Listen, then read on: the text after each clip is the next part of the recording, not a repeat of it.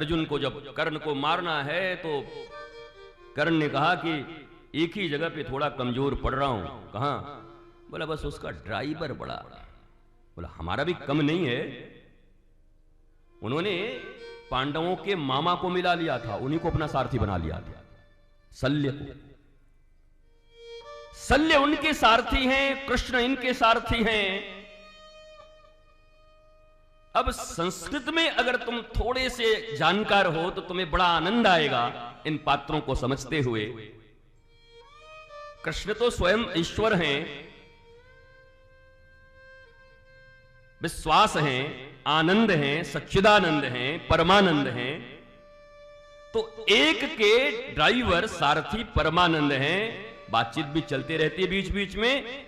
और संस्कृत में शल्य का अर्थ होता है शंका। क्या होता है? और एक का सारथी कौन है? शंका। तो जिसके पाले में शंका वाले लोग मिल गए उसकी लंका लग ही जाती है। कहते ना कि लंका लग गए लेकर, उसकी लंका लग जाती है। इसलिए सारथी के रूप में जीवन के लीड करने वाले प्रणेता, कभी किसी शंकालु को मत बिठाना, कभी किसी मंथरा प्रवृत्ति के व्यक्ति को अपने जीवन को लीड करने का, अपने जीवन की डोरी उनके हाथ में मत देना। नहीं तो तुम कर्ण की तरह कितने भी बलवान हो, एकाग्नि वान रखे हुए हो कि खत्म कर दूंगा इसको, अर्जुन को, इसकी मृत्यु निश्चित है और निश्चित थी भी। केवल कृष्ण होते थे अगर। पर दीन बंधु दीनानाथ मेरी डोरी तेरे हाथ। और वो क्या कह रहा है? शंका है। शंका के हाथों में उन्होंने अपनी डोरी दी है। मेरे प्रिय भाई बहन, आप सब सुन रहे, संस्कार के माध्यम से सुन रहे, काशीवासी और पूरी दुनिया में इस बात को बहुत ध्यान से सुन लीजिए। जीवन में मित्र का चुनाव करते समय माता पिता का चुनाव तुम्हारे हाथ में अब नहीं है। जो हैं वही रहेंगे। अगर हिरण्यकश्यपु भगवान ने दे दिया है तो वही रखना पड़ेगा। बाप तो दूसरा बना नहीं सकते, क्या करोगे? कोई उपाय ही नहीं है। रावण के भी खेमे में एक प्रहस्त था और दुर्योधन के भी खेमे में विकर्ण था। ये दोनों मानते थे कि धार्मिक कार्य हो रहा है, पर इन दोनों को भी लाल बत्ती की इतनी चसक लगी हुई थी। कहते थे ये गलत हो रहा है, प्रहस्त उठ के रावण को, ये गलत हो रहा है, ये गलत हो रहा है।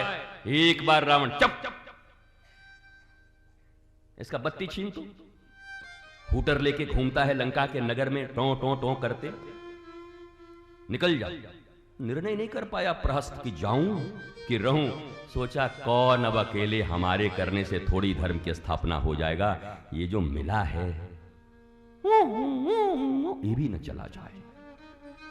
तो एक राज मद, राज सत्ता और मंत्री पद के कारण उचित बात कहते हुए भी प्रहस्त, मौखिक ज्ञान पर नहीं व्यवहार, ऐसी शिक्षा को धिक्कार। और मारा गया तो प्रहस्त भी मारा गया। और दुर्योधन के 100 भाइयों में मारा गया तो वो भी मारा गया जो सदा कृष्ण के पक्ष में रहता था, धर्म के पक्ष में बोलता था, बिलख जाता था ये गलत हो रहा है, ये नहीं होना चाहिए, लेकिन मारा वो भी गया। क्यों? मौखिक ज्ञान नहीं, व्यवहार। पर विदुर ने ऐसा नहीं किया।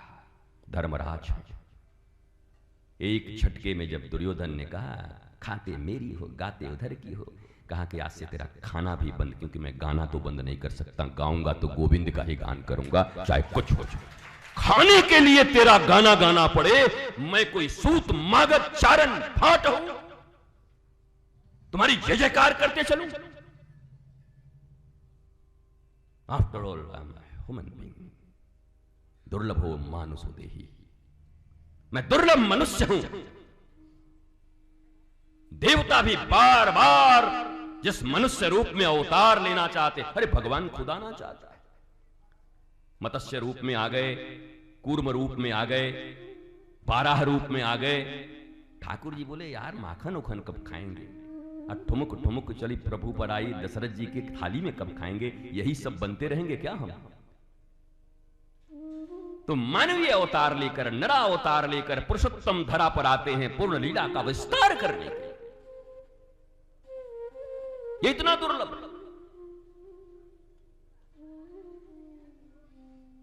और तुम चंद टुकड़ों के लिए ईमान बेच रहे हो।